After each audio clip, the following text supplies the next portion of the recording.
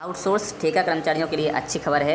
एक प्रकार से कहें तो संघर्ष का नतीजा है और खुशखबरी है हमारे आउटसोर्स अस्थायी ठेका या जो भी दैनिक वेतनभोगी कर्मचारी दिन के हिसाब से काम करते हैं, मास्टर रोल पे काम करते हैं, इन सभी के लिए अच्छी खबर है। और खबर शुरू करने से पहले यदि चैनल पर नए हैं तो चैनल को सब्सक्राइब जरूर करिएगा ताकि आने वाली खबरें हम आपको इसी चैनल के माध्यम से देते रहें। फेसबुक पेज पर नए हैं तो फेसबुक पेज को फॉलो करिएगा। चलिए करते हैं आज की खबर की शुरुआत। तो साथियों, वित्त विभाग से एक नोट शीट जारी की गई है जिसमें आउटसोर्स कर्मचारियों का डाटा मंगाया गया है और आउटसोर्स कर्मचारियों को एक एजेंसी यानी सरकारी एजेंसी में कन्वर्ट करने की बात चल रही है। इससे होगा क्या कि हमारे आउटसोर्स कर्मचारियों को बार बार नौकरी से नहीं निकाला जाएगा। एक कंपनी आएगी, वो कंपनी के थ्रू समस्त विभागों को उसमें रखेगी। उसके बाद धीरे धीरे इसको सरकारी विभागों में भी कन्वर्ट कर दिया जाएगा।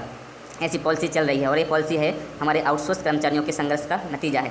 सबसे पहले हम पॉलिसी देखते हैं, उसके बाद हम और विस्तार से चर्चा करेंगे इसके बारे में कि कब तक लागू हो सकती है और नेताओं के इसमें क्या बयान आ रहे हैं। यहाँ पर वित्त मंत्री जगदीश देवड़ा ने भी इस फाइल को अप्रूवल दे दिया है और फाइल को आगे बढ़ा दिया है। तो चलिए देखते हैं क्या है पूरी खबर। तो यहाँ पर हम आपको बता दें, सबसे पहले हम आपको एक बता दें, आपको ये देखिए स्क्रीन पर आपको देख पा रहे होंगे, एक नोट शीट है। पूरी नोट शीट तो नहीं मिल पाई है लेकिन जितनी भी मिली है वो सकारात्मक ऊर्जा देती है हम सभी को और आगे संघर्ष करने की क्षमता भी देती है।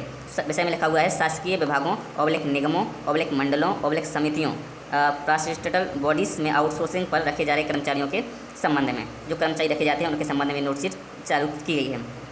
जिसके अंतर्गत पिछले कुछ वर्षों से शासकीय विभागों एवं पैरास्टेटल बॉडीज़ में बड़ी संख्याओं में आउटसोर्स से कर्मचारियों को कार्य आवंटित किया जा रहा है। वित्त विभाग द्वारा चतुर्थ श्रेणी के पदों के लिए नियमित पदों के विरुद्ध आउटसोर्सिंग से कर्मचारियों को रखने के संबंध में निर्देश जारी किए गए हैं। विभागों में आउटसोर्सिंग से कर्मियों को रखने के लिए अलग अलग पद्धति अपनाई जाती है जिससे भविष्य में न्यायालयीन प्रकरणों का सामना शासन को करना पड़ सकता है। ये जो नोट शीट चली है उसमें स्पष्ट लिखा हुआ है कि जो आउटसोर्स कर्मचारियों को अलग अलग तरीके से अलग अलग कंपनियां रखती हैं, अलग अलग वेतन मानते हुए काम करवाती हैं।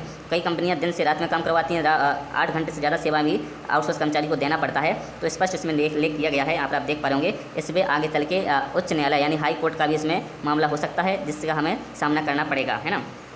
और पहला पॉइंट इसमें लिखा है, मध्य प्रदेश शासन सामान्य प्रशासन विभाग कार्य आवंटन नियम में आउटसोर्स के माध्यम से कर्मचारियों की नियुक्ति का विषय वित्त विभाग को आवंटित किया जाना चाहिए। वर्तमान में यह विषय किसी भी विभाग को जो है जानकारी नहीं देता है। तो यहाँ पर वित्त विभाग के लिए बात कही गई है और इसमें आगे लिखा हुआ है, पूर्व पृष्ठ से आवंटित नहीं है एवं विधानसभा में पूछे जा रहे प्रश्नों ध्यान आकर्षणों के उत्तर सूक्ष्म लघु एवं मध्यम उद्यम विभाग द्वारा दिए जा रहे हैं जो उपयुक्त नहीं है। मतलब कि जो विधायकों द्वारा क्वेश्चन लगाए जा रहे हैं। अब साथियों यहाँ पर बात सोचने की है, जो हमारे साथी बोलते थे कि विधायकों सांसदों मंत्रियों को हम 1000 ज्ञापन दे चुके हैं, कुछ नहीं होता है, नहीं, उसका प्रभाव पड़ा है। और ये देखिए सरकार को नोट शीट चलानी पड़ रही हैं और नोट शीट भी चल के सभी जगह से पास होती जा रही है धीरे धीरे, है ना।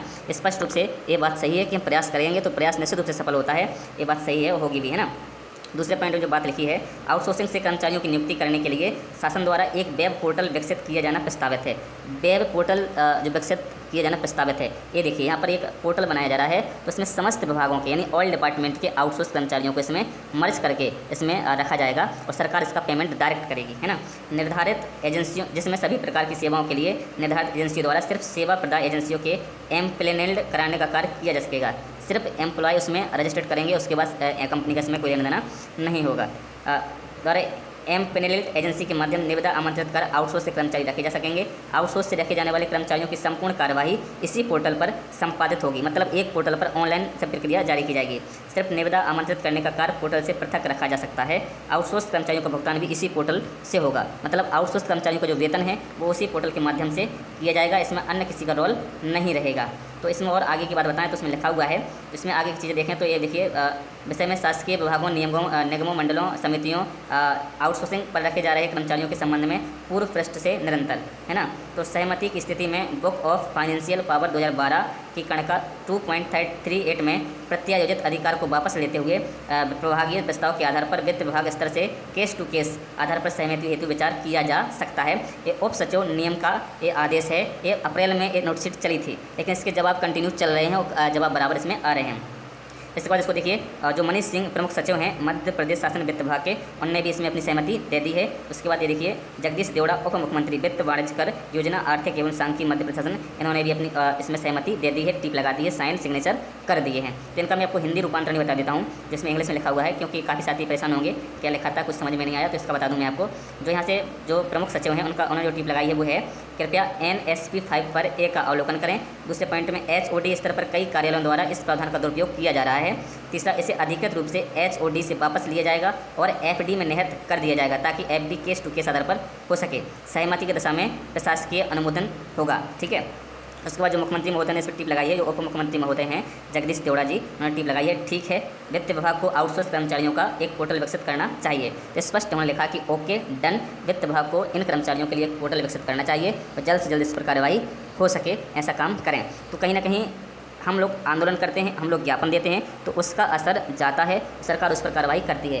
पहले एक जो अप्रैल में लेटर जारी हुआ था वित्त विभाग से, तो इसमें जो नोटशीट चलाई गई थी अप्रैल में, तो उसमें दिक्कतें ये थी कि ये फाइल लोग दबा देते हैं, क्योंकि एक विभाग से दूसरे विभाग में जब फाइल साइन करी जाती है, बल्लभ भवन से एक ऑफिस से दूसरे ऑफिस में, तब यहाँ पर वहाँ के जो बाबू होते हैं, जो भी होते हैं, तो वहाँ पर इसको रख देते हैं। रख क्यों देते हैं? क्योंकि हम लोग ठंडे पड़ जाते हैं, तो उन लोगों को क्या दिक्कत है, वो लोग भी ठंडे पड़ जाते हैं। इसलिए हम लोग कंटिन्यू काम करना चाहिए, हम सरकार से मांग करना चाहिए। तो इस पर संज्ञान लेता है, जो नेता होते हैं वो संज्ञान लेते हैं, इस फाइल का पता करवाते हैं और इसको चालू करते हैं ना। तो ऐसा होता रहता है। इसमें वासुदेव शर्मा जी का क्या कमेंट आया वो भी हम देख लेते हैं। वासुदेव शर्मा जी ने स्पष्ट लिखा हुआ है, देखिए मैं बता दूं आपको, ये देखिए। हाँ साथियों, चैनल पर नए हैं, चैनल को सब्सक्राइब जरूर करिएगा ताकि आने वाली अपडेट हम आपको देते रहें, और चैनल सिर्फ आपके लिए बनाया गया है, आपकी सहायता के लिए, है ना। तो देखिए वासुदेव शर्मा जी का कमेंट आया है, सरकार ने शुरू किया पॉलिसी बनाने पर विचार, आउटसोर्स अस्थायी कर्मचारियों की 1 साल की एकजुट संघर्ष की कार्रवाइयों ने सरकार को पॉलिसी बनाने पर विचार करने के लिए मजबूर किया है। सामान्य प्रशासन विभाग एवं वित्त विभाग के बीच कुछ महीनों से चल रही आउटसोर्स अस्थायी कर्मचारियों के लिए चर्चा फाइनली दौर में है। मतलब जो सामान्य प्रशासन विभाग है और वित्त विभाग, इसकी भी चर्चा चल रही है और जो फाइनल दौरे में है, मतलब इस पर जल्द से जल्द इस पर टिप लगने वाली है, इसको ओके होने वाली है। पर इन दोनों विभागों की नोटशीट, मैंने आपको दोनों विभागों की नोटशीट अभी पढ़वाई है, जिसके अनुसार सामान्य प्रशासन विभाग के प्रस्ताव में IFMIS पोर्टल में आउटसोर्स कर्मचारियों की जानकारी प्रविष्ट की जाए ताकि उक्त कर्मचारियों के वेतन की गणना का अध्ययन शासन कर सके। सरकार के पास आउटसोर्स अस्थायी कर्मचारियों की संख्या, वेतन भत्ते का कोई रिकॉर्ड नहीं है। प्रदेश भर से पहुंच रहे ज्ञापनों से नए शासन पर दबाव बनाया है। उधर संगठन की ओर से विधायकों के जरिए विधानसभा में सवाल लगाए गए, शासन के पास जानकारी नहीं होने के कारण विधायकों द्वारा पूछे गए सवालों के जवाब सरकार नहीं दे पा रही है। उधर प्रदेश भर में चल रही 22 सितंबर के आंदोलन की तैयारियों ने भी प्रशासन के अंदर हलचल पैदा की है, जिस कारण शासन आउटसोर्स अस्थायी कर्मचारियों के लिए पॉलिसी बनाने की तरफ बढ़ रहा है। जीत के लिए संघर्ष को व्यापक बनाना होगा और 22 सितंबर को बड़ी संख्या में भोपाल पहुंचना होगा। कामगार क्रांति आंदोलन 22 सितंबर, कच्ची नौकरी पक्की करो, इस हैशटैग के साथ 22 सितंबर को भोपाल में वासुदेव शर्मा की और पूरी आउटसोर्स डिपार्टमेंट के कर्मचारी पूछ करने वाले हैं और अपनी मांगों को लेकर के सरकार से सवाल पूछने वाले हैं। तो इसमें यदि आप जाना चाहते हैं तो हमें कमेंट बॉक्स में बताइएगा और इस वीडियो को शेयर करिए ताकि सभी को, हमारे साथियों को ये जानकारी लग सके कि हमारे जो वित्त विभाग और सामान्य प्रशासन विभाग के बीच में आउटसोर्स कर्मचारियों के लिए फाइल चल रही है। तो आप निराश